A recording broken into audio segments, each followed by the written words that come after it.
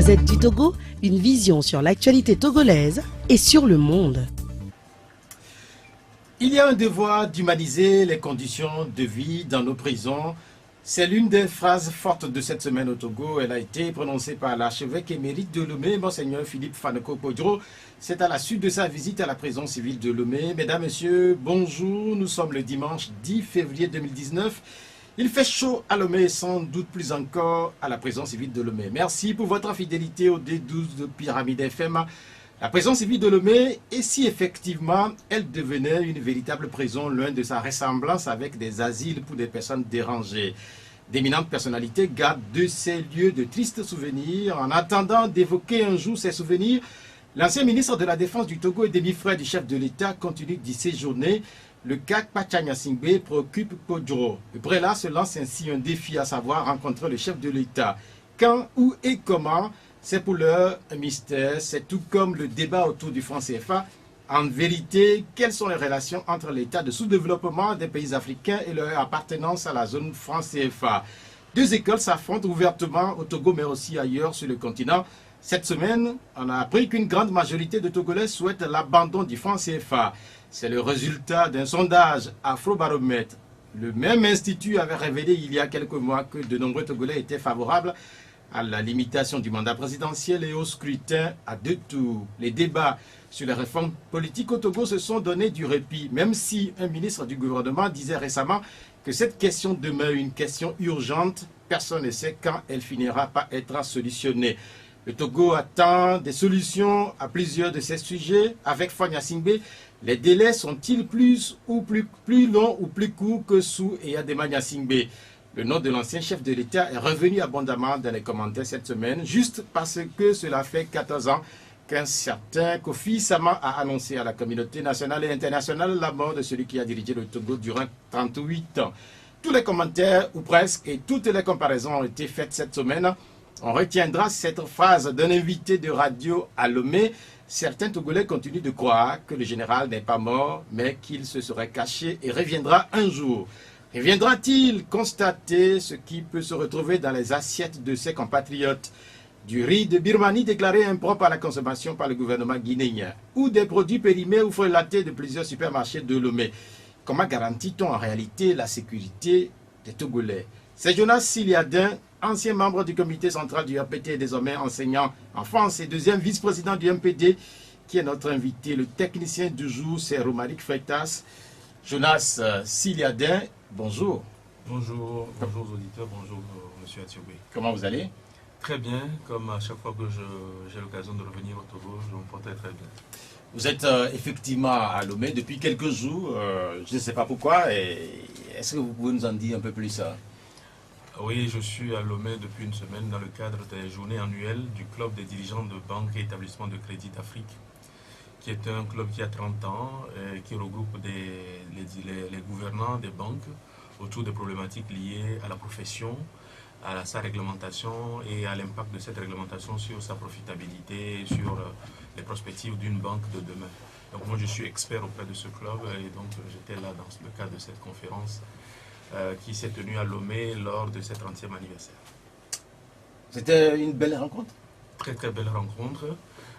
Il y avait des délégations qui sont venues de partout, même de la Turquie, même si on parle de l'Afrique, la banque en Afrique m'intéresse beaucoup de partenaires. Il y avait nos partenaires de la Turquie, de la Tunisie, du Malawi, du Burundi, et puis bon, d'autres qui viennent souvent déjà, les Sénégalais. Donc on était un certain nombre à partager pendant 2 jours des idées nouvelles avec la Banque centrale qui était là aussi. C'est des moments très forts de partage des idées, mais aussi des moments humains avec parfois des émotions, mais des sujets d'actualité très importants. Oui. Il y a beaucoup qui estiment que plusieurs rencontres ont lieu à Lomé, et notamment sur le continent africain. Si on faisait la somme de toutes ces rencontres qui ont lieu et qui abordent différentes thématiques, si en réalité le relèvement du continent devrait venir à partir de ces rencontres-là, l'Afrique se serait mieux portée depuis. Mais qu'est-ce qui se passe? Effectivement, s'il faut faire des rencontres justes pour se voir et faire des déclarations d'intention ou faire des proclamations d'idées et sans les mettre en œuvre, effectivement, ça ne sert à rien. Et malheureusement, il faut le reconnaître, il y a plusieurs symposiums, plusieurs réunions, plusieurs conférences qui se tiennent avec des thèmes très intéressants, des débats parfois aussi très très intéressants, mais au lendemain de ces conférences, il n'y a plus rien. C'est malheureux parce que ce devrait être les cadres dans lesquels on devrait travailler pour trouver des idées. Ce n'est pas le cas du club des dirigeants de Banque d'Afrique. Nous avons déjà écrit un ouvrage collectif sur la banque de l'Afrique, ce que devait être la banque en Afrique. Nous avons fait des propositions concrètes. Cette année, nous allons encore faire un ouvrage collectif avec un certain nombre d'experts.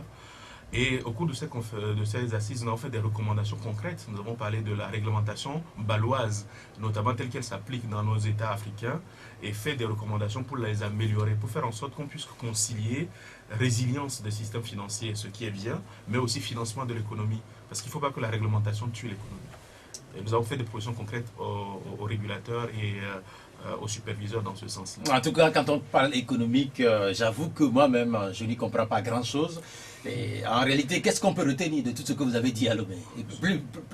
Plus terre à terre, Alors, pour qui ne comprenons rien de l'économie.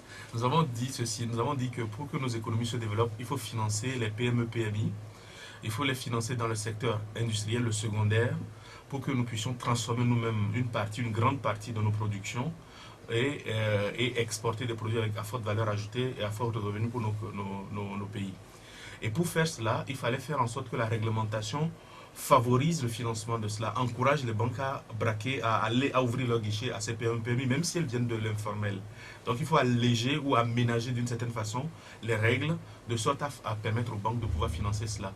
Et il ne faut pas faire en sorte que la réglementation encourage encore le refus de financer les PME-PMI. Voilà concrètement ce qu'il faut faire. Par exemple, il faut qu'il y en ait des gens qui fassent des confitures de mangue au Togo ou que des gens qui transforment le manioc au Togo en colle alimentaire, par exemple. Mais pour cela, il faut que les banquiers puissent avoir la possibilité d'ouvrir leur guichet à des conditions favorables, à des gens qui font ces initiatives, même s'ils n'ont pas toute la formalité nécessaire ou le formalisme nécessaire. Votre rencontre a lieu à Lomé en plein débat sur le franc CFA. Et ce débat, il a lieu depuis quelques années déjà maintenant.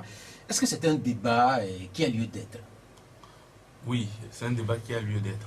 Il est légitime que les Africains, nous nous interrogions sur, enfin nous qui sommes sous le régime CFA, nous interrogeons sur l'opportunité et l'efficacité de ce régime-là. Le débat est légitime. On ne peut jamais le refuser. Mais, comme je le dis souvent, il faut critiquer le CFA avec les arguments justes. Si on décide de quitter le CFA, il faut que nous quittions le CFA pour de bonnes raisons. Donc autant on ne peut pas ne pas faire le débat, autant ceux qui sont pour, en tout cas, qui sont pour le CFA, ne doivent pas rejeter complètement le débat en disant non, circuler, il n'y a rien à voir.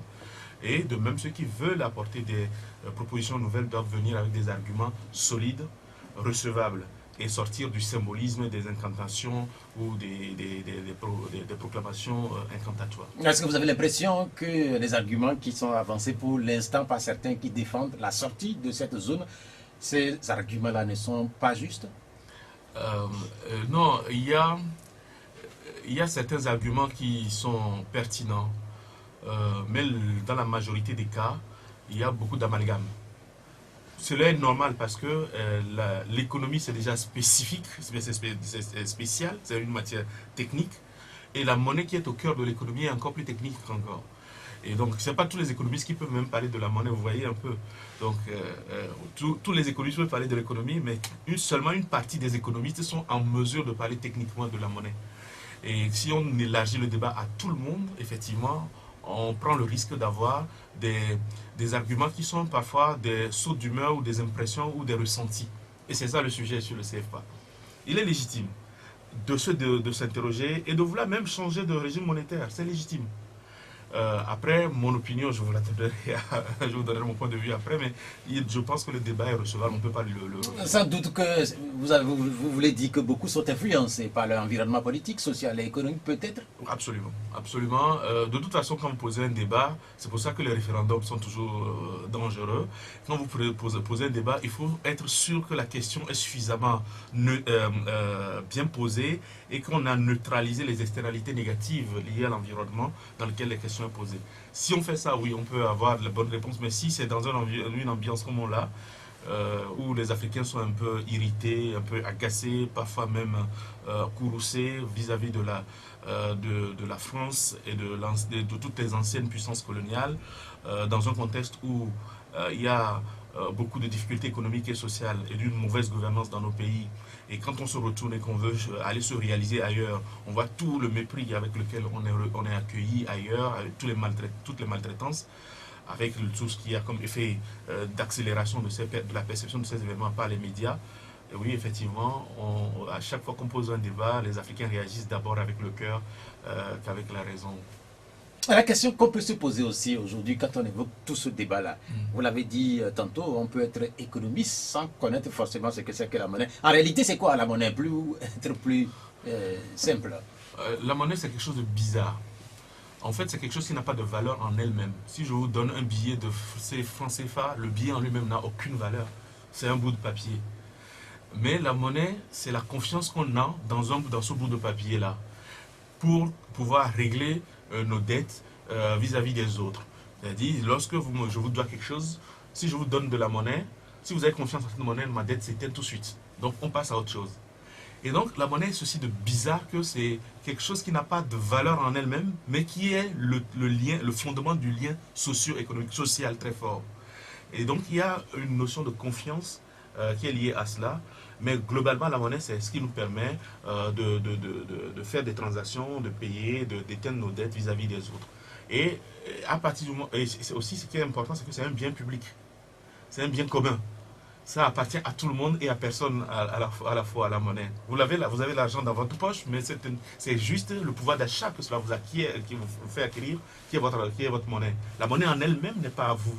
Elle est un bien public. Et donc, c'est quelque chose d'assez bizarre. Mais la monnaie, c'est un instrument d'échange, de mesure de valeur et de conservation de valeur, comme on dit. Et pour ce qui concerne le franc CFA, la confiance dont vous faites allusion, cette confiance, il se dit qu'elle est portée par la France. Non, c'est le marché qui a la confiance en nous. La France ne fait que garantir la confiance du marché. Du marché africain? Non, du marché monétaire en général. En fait, toutes les monnaies flottent les unes contre les autres pour celles qui sont libres, hein, et qui ont une parité flottante, sur un marché qu'on appelle le Forex, ou le marché d'échange international. C'est le plus gros marché du monde. Il ne se ferme jamais en réalité.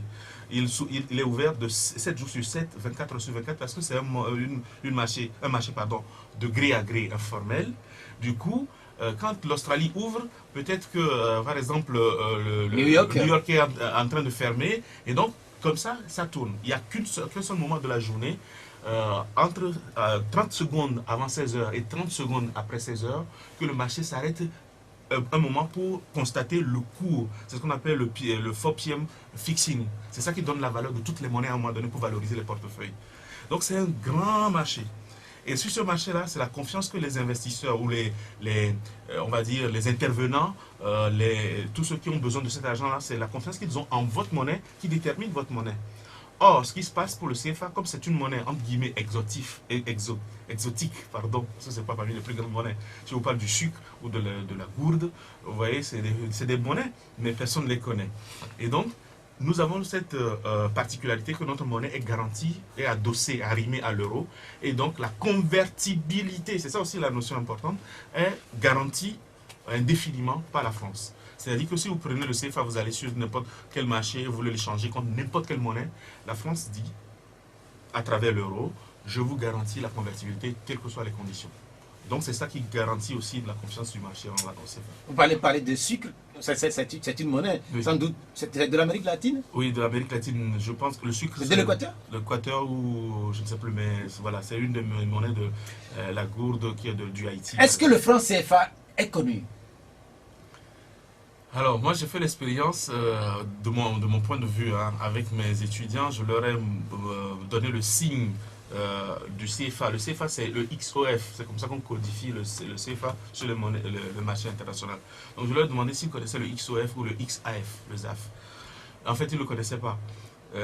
Des étudiants français? Français, ils ne le connaissaient pas. Le CFA est connu pour ceux qui s'intéressent à la zone, qui font du business dans la zone, mais ce n'est pas une monnaie très connue à l'international. Maintenant, ça le devient un petit peu au détour du débat qui s'internationalise, puisqu'il y a des éminentes personnalités, même qui viennent des institutions internationales, qui s'intéressent au CFA. Donc, on connaît maintenant le CFA plus pour le côté polémique, entre guillemets, de son arrimage à l'euro, que pour sa valeur en termes de son poids dans les transactions internationales. Aujourd'hui, le débat, il oppose ceux qui défendent le maintien dans la zone CFA et ceux qui défendent sa sortie. Quelle est votre position?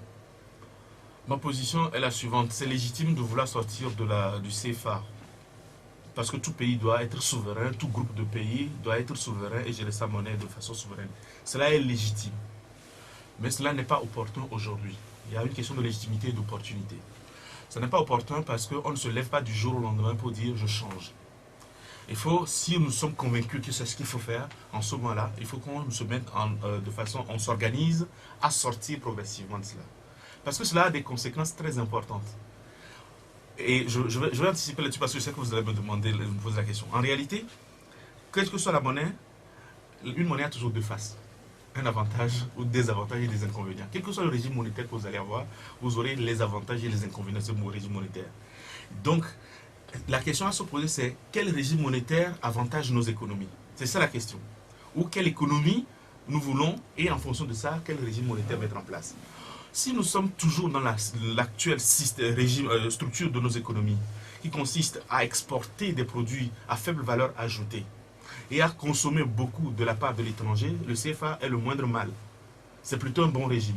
Parce que c'est un régime qui favorise, puisque c'est arrimé, le CFA est arrimé à l'euro, notre pouvoir d'achat vis-à-vis des monnaies étrangères est élevé compte tenu de l'euro, de la force ou de la cherté entre guillemets de l'euro.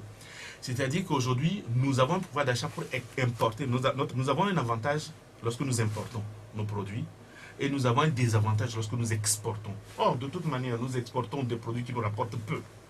Donc, ce n'est pas pénalisant en ce moment-là. Si nous gardons cette structure d'économie, c'est le CFA qu'il nous faut. Maintenant, ce n'est pas bien non plus d'avoir une économie extravertie où nous importons tout et nous exportons des choses à faible valeur ajoutée. Donc, le challenge, c'est de dire, est-ce que nous voulons transformer la structure de nos économies? Faire en sorte que nous ayons à produire et transformer sur place, de sorte à donc avoir intérêt à pouvoir vendre à des prix compétitifs à l'étranger.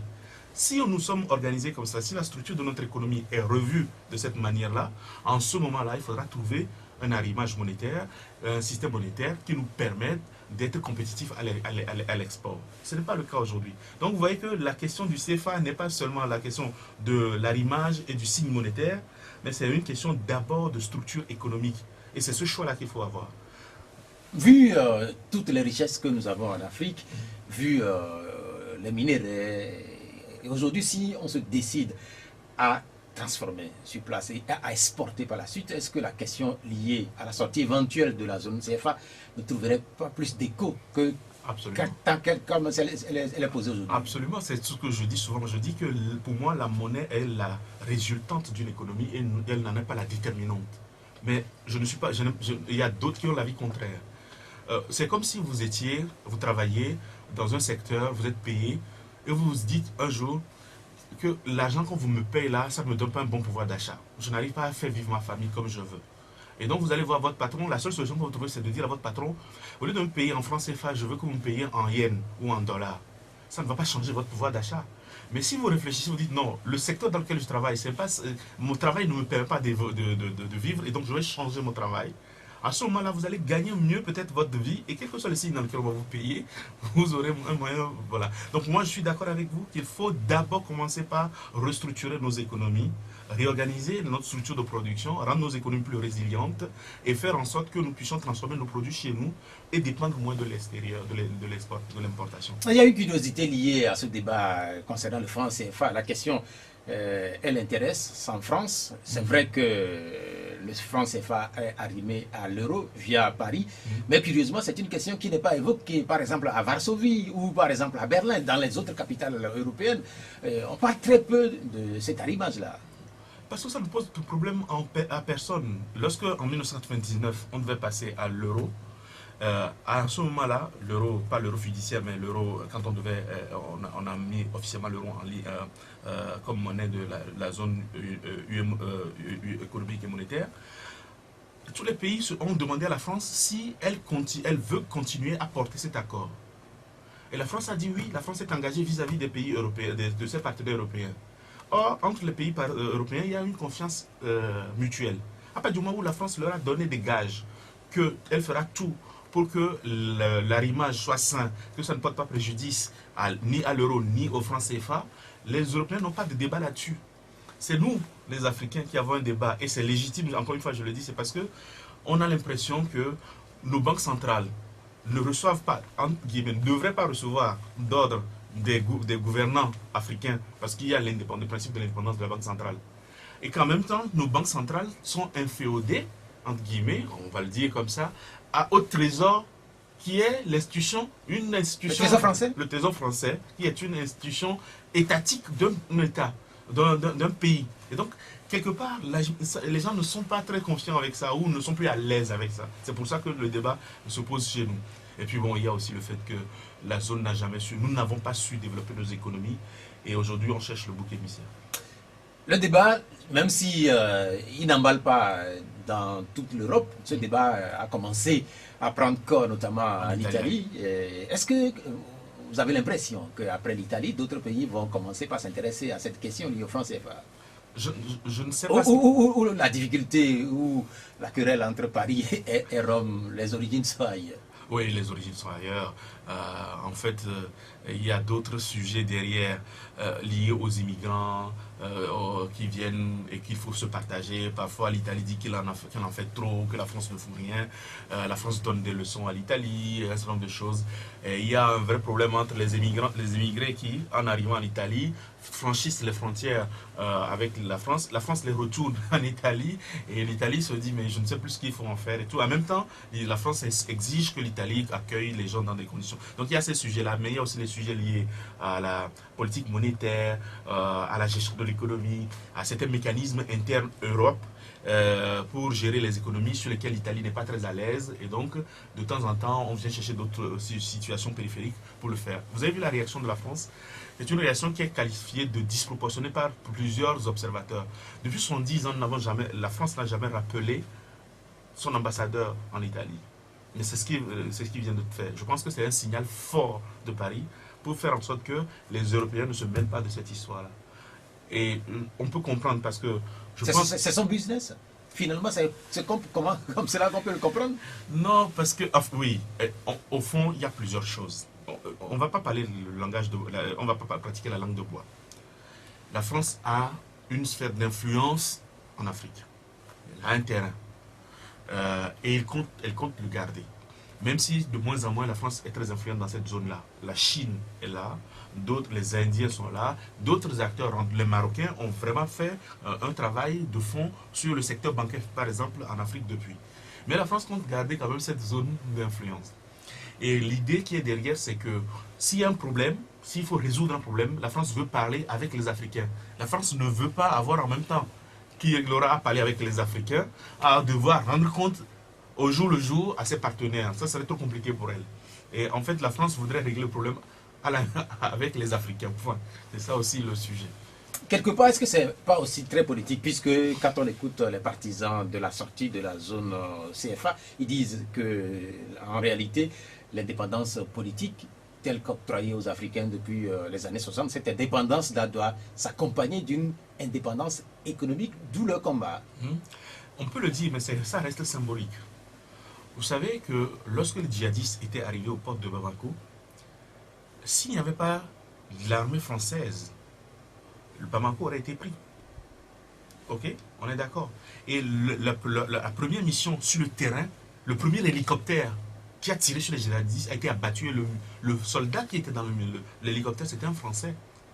Il n'était pas africain. Mais il a donné sa vie pourquoi? Pour Bamako, pour les Maliens. Et la France joue un rôle important dans la sécurisation de la bande sahélienne. Et c'est ça aussi qu'il faut prendre en compte. C'est vrai. En fait, l'économie, le contexte international est complexe. Et les États ont des intérêts. Et les États ne défendent généralement que leurs intérêts. C'est normal. Mais en même temps, une fois qu'on a dit ça, une fois qu'on a fait le procès des intérêts à la France, de précaré et tout ça, il faut aussi voir que cela implique une responsabilité que la France prend en charge aussi. Maintenant, si nous disons que nous voulons notre indépendance, rendons déjà notre indépendance politique réelle, vraiment réelle, sur le terrain, en prenant en charge le coût de la responsabilité de cette indépendance politique, puis organisons-nous pour ajouter à cela l'indépendance économique, en sortant de la proclamation d'intention, en sortant de l'incantation. Et moi, je suis pour que nous soyons indépendants, mais maintenant, organisons-nous pour y aller. J'aime beaucoup la phrase de Wole Soyinka qui dit « Le tigre ne proclame pas sa tigritude, il tue sa proie et la mange. » Organisons-nous pour acquérir notre indépendance, pour rendre réelle notre indépendance politique, puis adjoindre à cela notre indépendance économique. On a vu quand même qu'il y a certains qui se sont fait les chantres de cette défense de la sortie de la zone CFA, notamment le Togolais Kwaku Nubuko. Vous le connaissez sans doute. Oui. Quels sont vos rapports?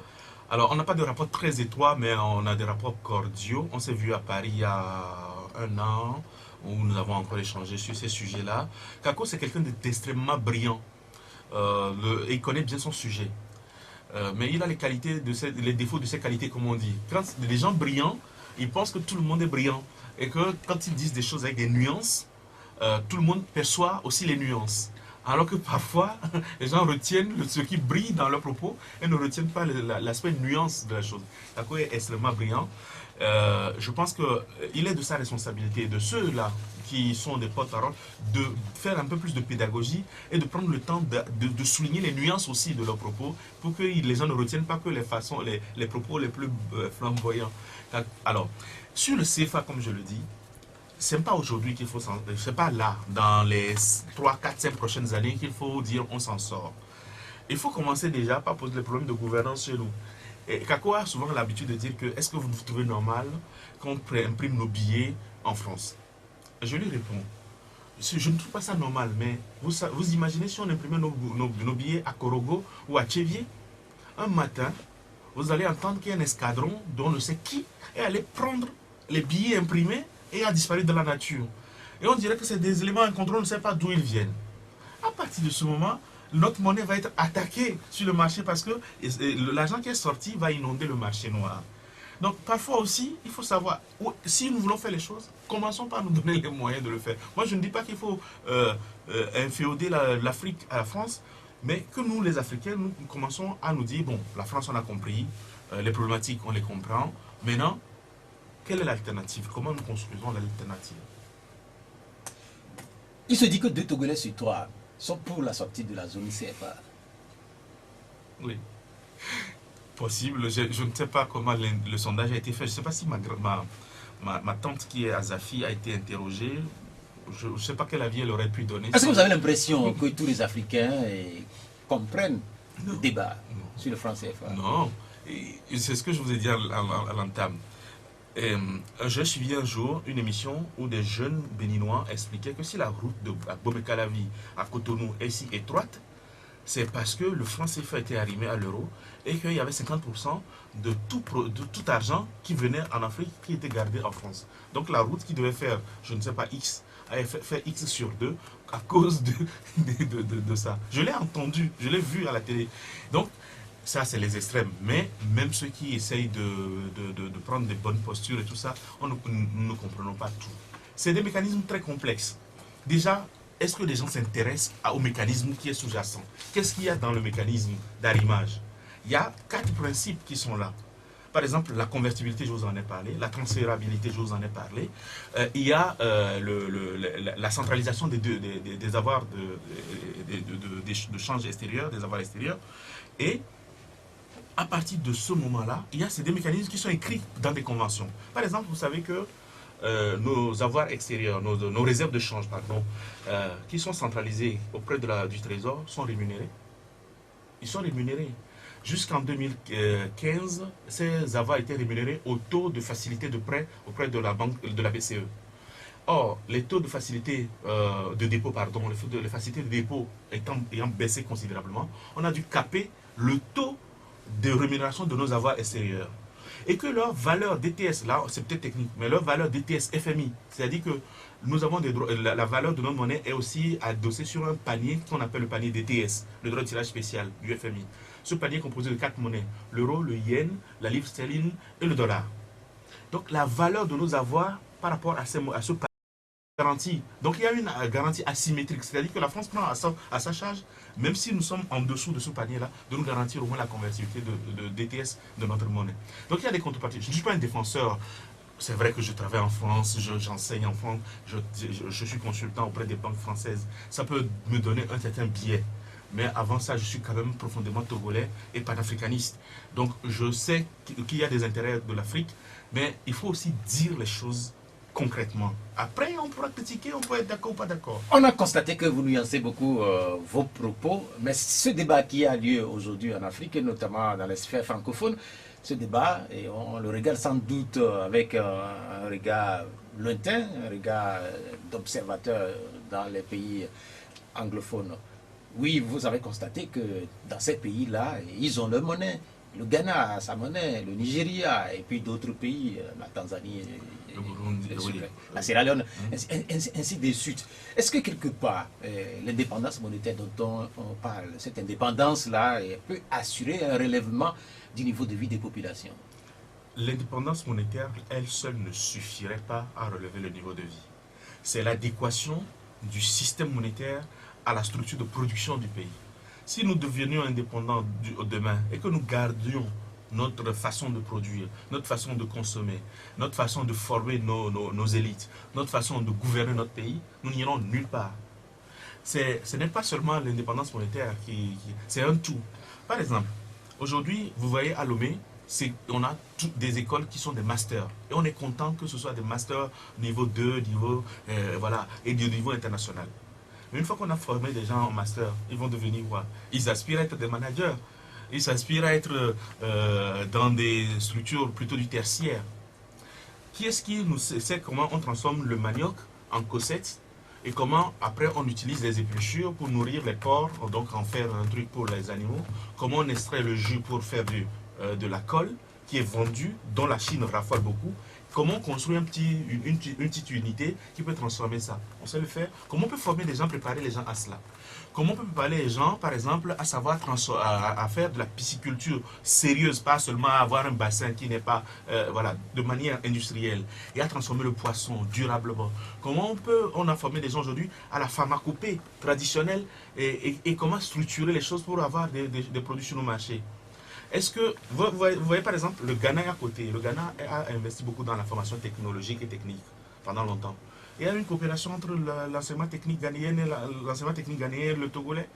Il n'y en a pas. Même si on prend le Bénin, est-ce que nous avons des échanges comme ça? Nous n'avons même pas de politique industrielle commune. Sur le papier, oui. Mais à quel moment on a commencé à mettre en place la politique industrielle commune dans le mois? On n'en a pas. On n'a pas de stratégie, par exemple. La microfinance, elle déborde de ressources. Mais quel canal on a mis en place entre la microfinance et le marché financier aujourd'hui pour faire de l'ingénierie microfinancière? On finance les routes et tout ça, oui, mais sur la dette. Mais est-ce qu'on a demandé au peuple de financer? Il y a ce qu'on peut appeler les fonds communs populaires de financement de projets. Il suffit de créer, d'émettre des bons et rassembler des sous pour faire des choses comme ça. Nous avons des idées qu'il faut mettre en place d'abord et avoir une gouvernance. Est-ce qu'aujourd'hui, il y a les directeurs généraux des sociétés privées ou publiques, privées peut-être, mais publiques, rendent des comptes, il y a des objectifs. Est-ce que les ministres ont des objectifs chiffrés, avec des points d'intermédiation tous les trimestres, par exemple 6 mois? Moi, je suis président de la République, Premier ministre, tu es ministre dans mon gouvernement, tu me fais un compte rendu tous les 6 mois. Si pendant 6 mois, les 2 premiers semestres, ou pendant 2 semestres consécutifs, tu rates les objectifs, tu sors du gouvernement et un autre vient. C'est comme ça que ça marche. Donc, en clair, tant que la gouvernance dans nos pays, tant que cette gouvernance sera visiblement bancale, et pour ne pas le dire ainsi, la question de la sortie de la zone CFA est une question importante, mais elle n'est pas opportune selon vous. Voilà, c'est ça le sujet. Vous avez bien résumé. Il y a une chose aujourd'hui, quand on regarde les pays comme le Ghana, quand on regarde les pays comme le Nigeria, qui ont leur propre monnaie, la question c'est de savoir aussi, est-ce que ça va mieux dans ces pays que dans les pays francophones? Alors, si vous prenez le Ghana, ça n'est pas tant parce que le Ghana a sa propre monnaie. Le Ghana avait le Sidi sous la Champon. ou sous Nkrumah avant lui et sous Hilali Man et compagnie. Mais le Ghana n'allait pas mieux. C'est parce qu'à un moment donné, Rawlings a mis en place un dispositif, une gouvernance qui a favorisé l'économie, qui a favorisé la croissance économique. Mais malgré ça, le Ghana a été obligé de faire recours au FMI à un moment donné pour faire des ajustements structurels, pour ajuster son économie à un moment donné. Ça ne veut pas dire... Ce qui a amené le Ghana à réussir son pari, c'est aussi la bonne gouvernance politique et économique qui a été instaurée après par Jerry John Rawlings. Si vous prenez le Nigeria, c'est la même chose. Le Nigeria a réussi, à part les épisodes malheureux d'Abacha, le Nigeria a réussi quand même progressivement à restaurer sa démocratie. Et en plus, c'est un État fédéral. Donc, à partir de ce moment, la gouvernance est un peu décentralisée. Et donc, cette gouvernance délocalisée permet aussi de prendre des initiatives et donc de neutraliser un peu, parfois, les atermoiements à la tête de l'État. Donc, il y a aussi à prendre en compte la gouvernance et pas seulement l'indépendance monétaire. On a assez parlé du franc CFA et je ne sais pas si demain, dans nos pays, il y aura des référendums organisés pour éventuellement la sortie ou non de cette zone-là. Si éventuellement c'est fait, est-ce que vous l'encouragerez? Oui. Si tout à faire un référendum? Ah oui, si on se dit que si c'est un débat qui commence à vraiment... C'est ce qui est curieux, c'est que nos politiques ne s'emparent pas assez sérieusement du débat. J'ai l'impression que de temps en temps, ils donnent de leur point de vue, mais ils n'organisent pas un débat. Pourquoi l'UEMOA, la conférence des chefs d'État, n'autoriserait pas ou n'ouvrirait pas un débat dans tous les pays pour que pendant quelques mois, des intellectuels se relaient, les pour, les contre, tout ça, et qu'on sorte avec ça, avec une feuille de route en disant, bon, peut-être qu'on veut réfléchir sur ça. Moi, je suis pour. Et s'il y a un référendum, mais qu'on explique bien, qu'il faut qu'il y ait beaucoup de pédagogie derrière, entre les avantages, les inconvénients, et surtout qu'on sache où on veut aller par la suite. Il y a certains chefs d'État, notamment l'Ivoirien, oui, lui, il est pour qu'on reste. Et en fait, beaucoup disent que la plupart des chefs d'État partagent la même position, relativement, le maintien dans la zone CFA. Là aussi, il faut se méfier, parce que ces chefs d'État-là, aussi, j'ai du respect pour M. Alassane Ouattara, parce qu'il a été au FMI et tout ça, il ne parle pas qu'en tant que chef d'État. Mais je pense que le chef d'État parle plus fort que l'ancien fonctionnaire du FMI. Il faut se méfier aussi, c'est parce que le système tel qu'il est les arrange. Parce que les populations se retournent vers la France et le franc CFA.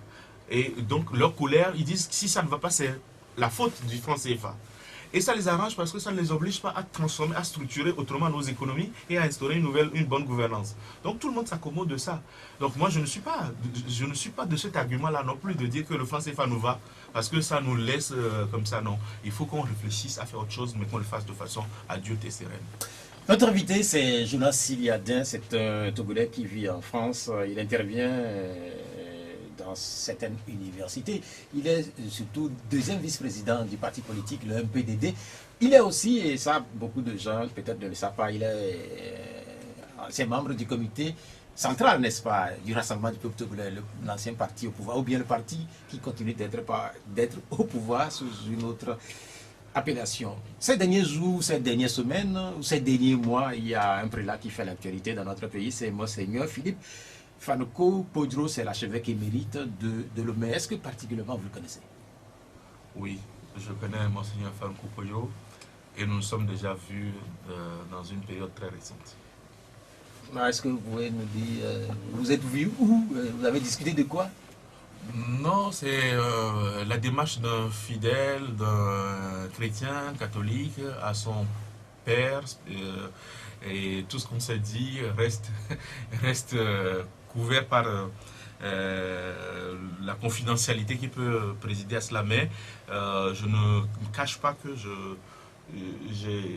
Monseigneur Podro a pour l'essentiel mon soutien. Vous avez de l'admiration pour lui alors? Absolument. Il y a ce débat qui se fait tout de même de son intervention dans le débat politique. Il a, comme pour le franc CFA, il a ses soutiens, mais aussi ses détracteurs. Donc, vous comprenez son engagement. Certains disent que c'est un engagement citoyen. Je pense qu'il faut le connaître. Il a toujours été comme ça. Et, moi, je lui ai reproché dans mon livre Togo, démocratie impossible, je lui ai reproché la façon dont il s'est positionné lors de la conférence nationale. Mais il se défend toujours en disant ceci, il dit, même le Christ que je sers a toujours pris position. Même s'il aime tout le monde, il aime les pécheurs, il a toujours pris position. contre le mal, contre ce qu'il considérait comme n'étant pas bon. Donc il dit, moi je ne peux pas m'exonérer de ça. Donc il faut aussi le comprendre pour ça. Je pense qu'il sait que profondément, on ne peut pas être chrétien, on ne peut pas être catholique sans dénoncer l'injustice, sans dénoncer tout ce qui est forfaiture, sans dénoncer la maltraitance de l'autre, l'absence de souci de l'autre. Donc je pense que c'est ça qui l'interpelle au plus fort de lui, avant même que ce ne soit politique en soi. Mais évidemment que c'est politique. Mais la première chose qui l'interpelle, et de ce que j'ai pu comprendre, c'est l'impératif d'amour que le Christ nous a laissé. C'est de voir que nous sommes des Togolais, nous sommes des humains, et qu'une partie de l'humanité se détourne de cet impératif d'amour. Vous avez vu la citation qu'il a sortie en disant « Fort qu'as-tu fait de ton frère » en reprenant la citation de Abel. Donc je pense qu'il y a effectivement un besoin comme ça de voir des autorités comme lui, de parler, de dire, de montrer un peu le chemin. Monseigneur Philippe Fanoko-Podio, il n'est pas seul à intervenir dans le débat public. Depuis quelque temps, il y a de plus en plus d'acteurs issus du monde catholique, des méthodistes, des évangéliques, et puis aussi des cadres musulmans. Ils se sont même rendus à Accra au Ghana en décembre dernier, voir le président du Ghana dans le cadre de la résolution de la crise togolaise. Est-ce que vous avez le sentiment que leurs interventions vont finir par influencer durablement le jeu politique togolais? Oui. J'en ai la conviction. Parce que ce qui se passe au Togo porte un danger fort. C'est pas un jeu de mots. Il y a un danger dans ce qui se passe, c'est qu'en fait, peu à peu, et d'échec en échec, nous nous radicalisons chacun de son côté. C'est-à-dire que ceux qui sont au pouvoir, le pouvoir repose de plus en plus sur les plus durs, les plus radicaux. Et au niveau de l'opposition, la chose se concentre de plus en plus sur les plus radicaux. Et le peuple en lui-même, ceux qui manifestent et tout ça, commencent à se fatiguer de toute méthode en dehors de celle qui pourrait paraître radicale. Quand c'est comme ça, c'est que nous allons vers des confrontations graves. Et notre pays n'a pas besoin de ça. Nous sommes un tout petit pays et nous avons pris beaucoup de retard ces dernières années. Si nous nous permettons aujourd'hui le luxe, entre guillemets, d'une confrontation, voire d'une confrontation armée qui va durer, nous ne nous relèverons plus jamais de cela. Or, comme nous ne nous comprenons plus, nous ne nous faisons plus confiance, c'est seulement les personnes de Dieu, les serviteurs de Dieu. Parce que nous avons tous une confession. C'est les représentants de nos confessions qui peuvent être le dernier recours pour nous. Au moins, eux, ils peuvent nous montrer le chemin et nous pouvons y adhérer tous. Vous savez très bien que, notamment Monseigneur Podro est décrié pour ses prises de position. Certains l'invitent même à s'occuper plus des questions liées à l'Église que des questions politiques. Est-ce que aussi ceux-là qui sont togolais, est-ce que vous les comprenez? C'est parce qu'ils ne savent pas ce que c'est que l'Église. L'Église est dans la cité et la cité est dans l'Église. La politique n'est pas en dehors de l'Église. La politique, c'est de s'occuper des affaires de la cité. Quelle est notre cité si ce n'est pas la cité de Dieu? Donc les hommes de Dieu ont toute leur part dans l'Église, dans la politique, c'est mon point de vue. Mais au-delà de ça, Monseigneur Podro est archevêque émérite. Et donc, qu'est-ce que vous voulez? Ce n'est pas lui qui s'occupe directement aujourd'hui de la vie, de l'organisation de l'Église. Donc, il a du temps, et il a beaucoup réfléchi, il a de l'expérience surtout. Et beaucoup de gens ne savent pas qui c'est, peut-être qu'ils sont jeunes. C'est Monseigneur Podro qui a présidé la conférence nationale, qui a présidé le Parlement de transition. Donc, il a de l'expérience à partager avec nous. Si d'autres avaient été là, on les aurait sollicités. Oui, on aurait souhaité qu'ils prennent la parole. Moi, je souhaite qu'ils continuent à parler. Et surtout, je voudrais inviter certaines personnes qui sont de plus en plus arrogants, de plus en plus hors sol, à mesurer quand même leurs propos et à faire preuve un peu de respect vis-à-vis de certaines des personnalités comme Monseigneur Podro. Vous nous écoutez sur Pyramide FM. Notre invité du jour, c'est Jonas Siliadin. C'est avec lui que nous animons ce débat de ce jour. Et comme le veut la tradition, à partir de cet instant, aussi les auditeurs vont poser des questions à notre invité. Nous allons l'inviter à utiliser son casque. Je rappelle aux auditeurs les numéros de l'émission 70 43 09 70 et puis 96 50 34 37. Allô? Bonjour. Oui, Pelé, vous êtes en direct, vous nous appelez d'où, Pelé? Pelé nous appelle d'où? Ok, Pelé, allez-y. Bonjour. Bonjour, monsieur Pelé.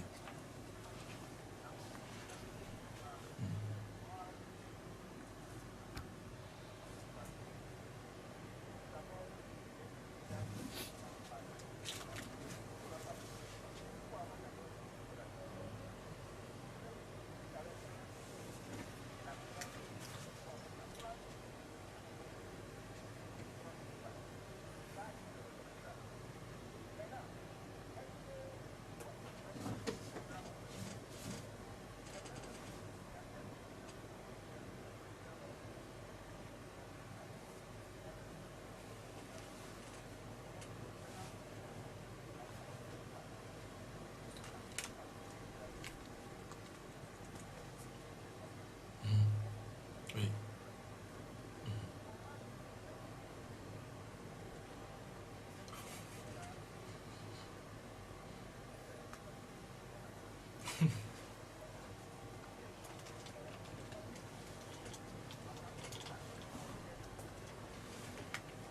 Bien, merci pour les deux questions.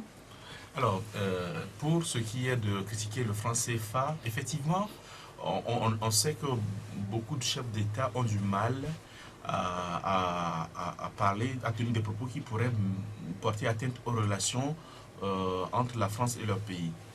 Mais il y a Idriss Déby qui a très bien parlé du CFA dans des thèmes durs. Mais le président Yadema avait déjà commencé à parler du CFA il y a quelques décennies, et même sur le perron de l'Elysée, il a critiqué le CFA à l'époque. Donc, bon, ça n'a pas duré longtemps, on est d'accord. Mais tout dépend du courage politique de ceux ou de celles ou de ceux qui sont au gouvernement. Moi, je pense que quand on est amis, on peut être amis et se dire la vérité. C'est ça, il faut apporter des éléments concrets, il faut apporter des éléments objectifs. Et je ne pense pas que ça serait un vrai problème si un chef d'État, s'il trouve des arguments pour ça, expose de façon objective et posée les éléments qui, selon lui, l'amènent à dire que le CFA, on doit dépasser l'arrimage au CFA. Donc je pense qu'on peut le dire, mais bon, pour certaines raisons de courage ou pas, on ne peut pas le dire.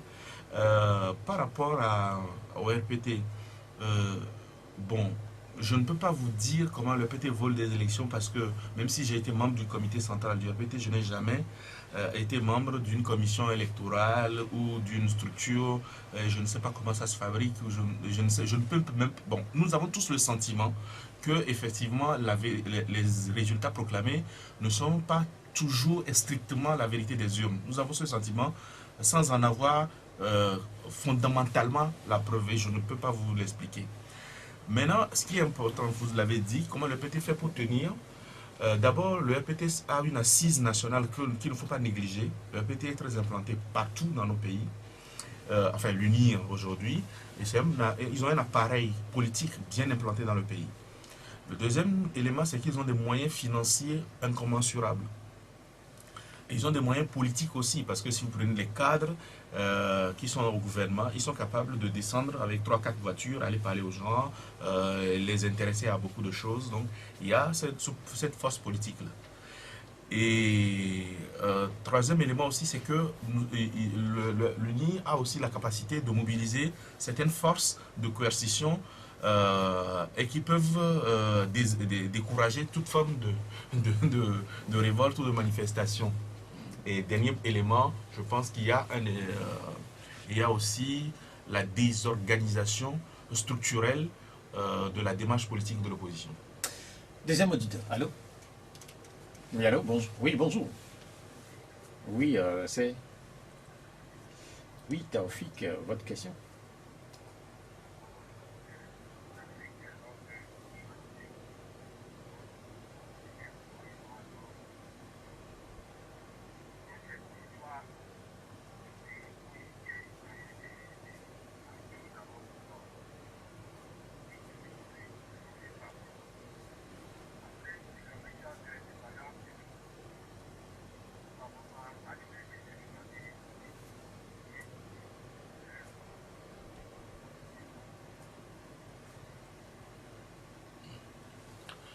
C'est important ce que vous dites. Et ce que vous dites est la conséquence de beaucoup d'autres choses. Vous avez raison. Pays pauvres très endettés, d'où ça vient? Mais ça vient du fait que, après l'indépendance, nos pays se sont lancés dans des grandes politiques de développement et qu'on n'a pas été rigoureux dans la gestion de ces politiques. On a créé des caisses nationales agricoles pour pouvoir faire la révolution verte, comme on a dit. Et puis, on a créé des structures autour de ça sans jamais surveiller la gouvernance de ces procédures, de ces structures.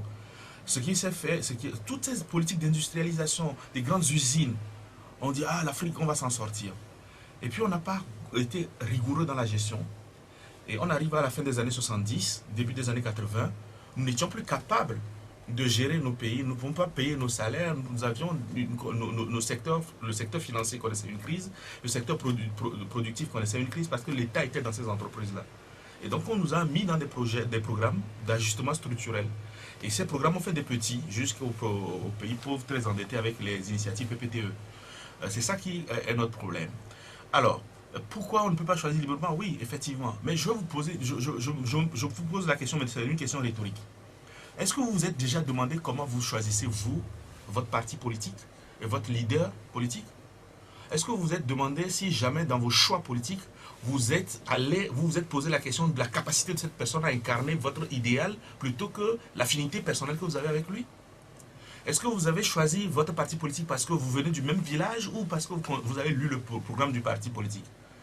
Est-ce que vous avez jamais choisi un leader politique, soutenu un leader politique en vous disant « Ah, lui, c'est un ancien du RPT, donc non ». Et l'autre, « Ah, parce qu'il a dit à Blody le premier jour, donc oui », sans discernement. Il y a aussi ça, c'est que si nous voulons aujourd'hui que les choses avancent, il faut corriger l'asymétrie qui est entre les positions et les missions. Ceux à qui vous confiez les missions n'ont pas les compétences. Vous ne vous étonnez pas qu'ils n'y aillent pas. Et ceux qui ont les compétences pour engager les missions, ayez le courage de dépasser vos ressentiments et confiez-leur les missions, vous allez voir que les choses vont changer. Mais je ne vous accable pas, vous, mais c'est une réflexion que j'avais déjà émise dans mon livre Togo, démocratie impossible. Troisième auditeur, allô? Oui, allô, bonjour. Oui, c'est... Mais Jean Vagos, comment vous allez? Okay, Yes, bonjour.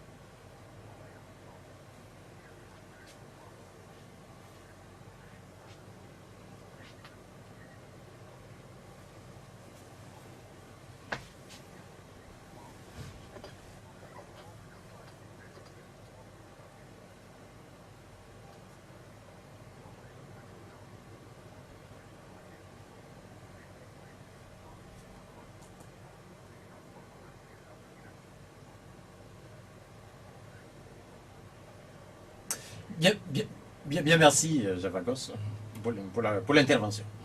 Alors, je vais répondre par la dernière partie de votre intervention.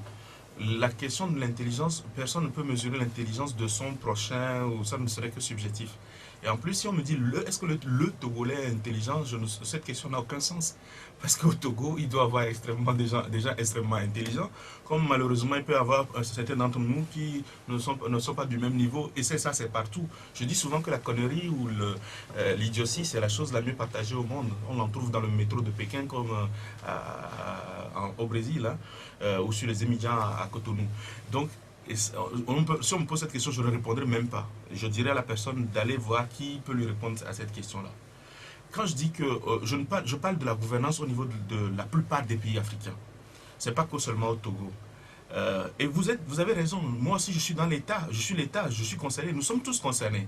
Nous tous qui, lorsque notre oncle ou notre grand frère est nommé à la tête d'une société, nous faisons des pieds et des mains pour être avec lui dans cette société alors que nous savons que nous n'avons même pas les compétences pour ça. Nous sommes aussi dedans.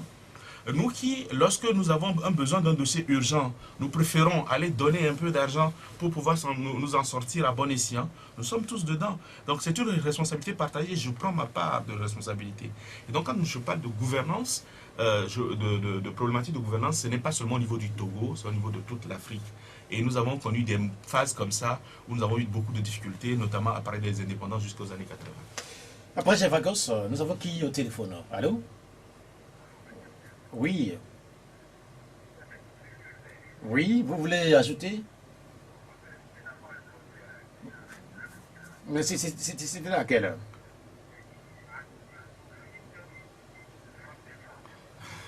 Ok, il a compris, il va réagir.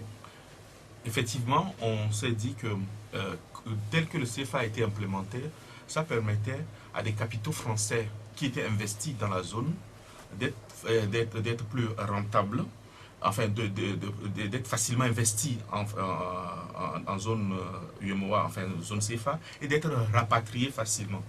Donc il y a cet aspect-là de dire que le lien qui existe aujourd'hui entre le CFA et l'euro facilite les intérêts ou favorise les intérêts des opérateurs économiques de la zone euro et notamment précédemment français.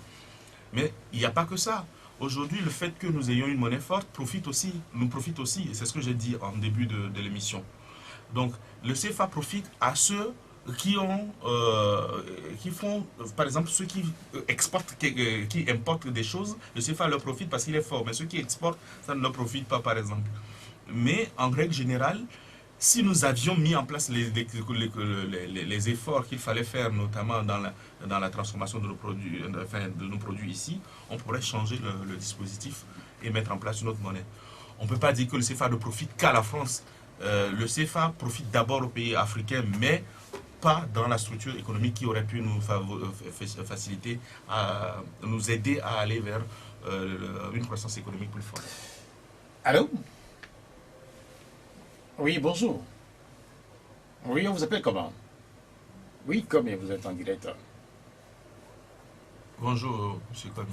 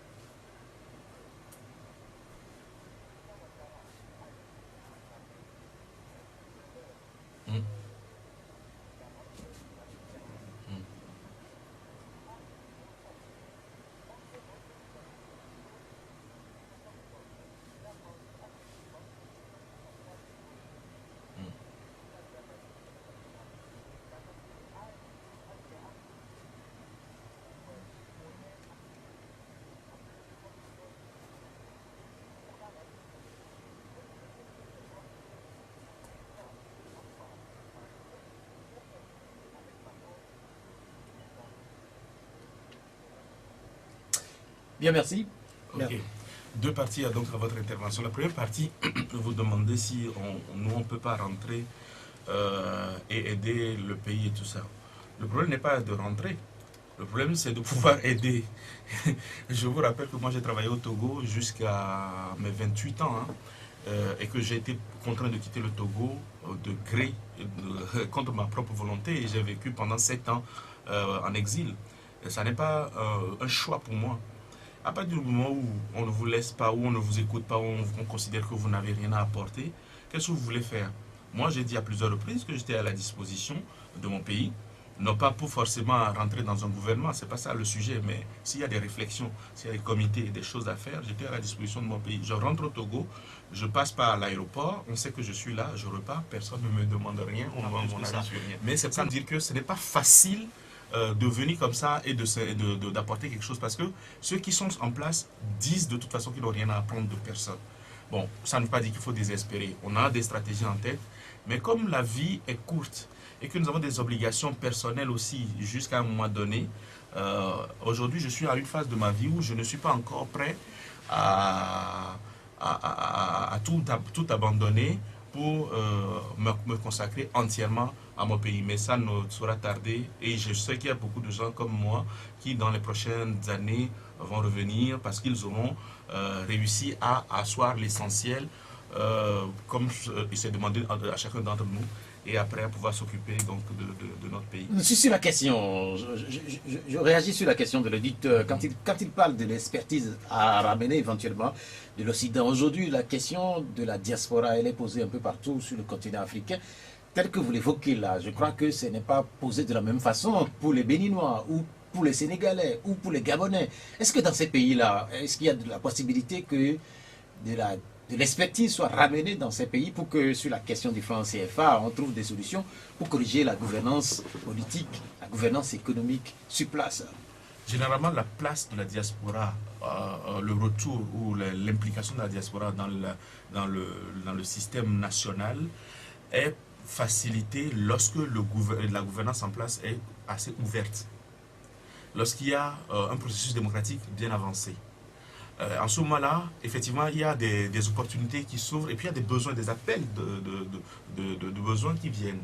Le Bénin en est un exemple, le Sénégal en est un grand exemple.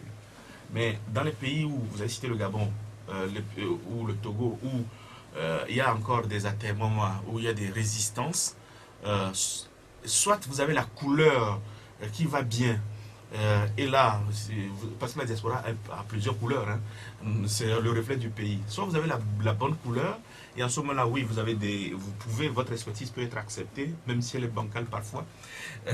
Ou si vous n'avez pas la bonne couleur, en ce moment-là, vous n'avez pas toujours l'écoute qu'il faut. Donc, dernière question, je ne me souviens plus, c'était... Il parle de Ouattara, il fait une comparaison avec Sylvanus Olympio qui était déjà intervenu sur cette question dans les années 60. Non, là aussi, c'est là où il faut qu'on s'asseye progressivement et qu'on fasse un peu, on décante tout. Et qu'on laisse au passé ce qui est au passé et qu'on voit quels sont les leviers sur lesquels nous pouvons jouer aujourd'hui. Parce qu'à chaque fois que nous évoquons l'histoire, le passé et un certain nombre de choses, nous titillons des parties difficiles de notre cœur et ça nous empêche de réfléchir à tête reposée. Et parfois aussi, comme les réseaux sociaux vont vite et tout ça, nous faisons beaucoup d'amalgames. Sur Kadhafi, je sais qu'il y a beaucoup de polémiques, mais de grâce, quand nous évoquons le CFA, nous avons suffisamment de choses à faire pour nous occuper de l'affaire Kadhafi. C'est pour ça qu'aussi qu'il ne faut pas se perdre, qu'on se perde dans les différentes... Concentrons-nous sur ce qui nous intéresse. Le franc CFA, est-ce que c'est bon pour notre économie? Si nous posons la question, c'est que nous sommes en mesure de dire quelle est notre économie. Voilà, quel est le modèle économique que nous voulons mettre en place. Moi, je pense que le bon modèle économique, c'est de produire sur place et d'exporter, avoir donc des revenus suffisamment à l'export. Pour cela, il faut qu'on se mette déjà à mettre en place ces structures économiques. Et en ce moment, il faut changer de régime, effectivement, et de politique monétaire d'ailleurs.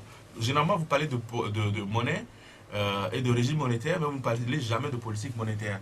Et dans notre sous-région, un des problèmes majeurs, c'est la politique monétaire aussi. Et ça, on ne le dit pas. Il y a ce commentaire de Kwesa TV qui nous regarde sur notre page Facebook depuis Bruxelles. Il dit « La France garde toujours la main sur la question économique et monétaire en Afrique francophone. » Bien sûr, à partir du moment où la France s'est engagée vis-à-vis du marché, vis-à-vis de ses pairs, sur la convertibilité, sur un certain nombre de choses par rapport au franc CFA, la France se doit d'avoir un œil sur la façon dont cela est géré. Tout cela est une réalité.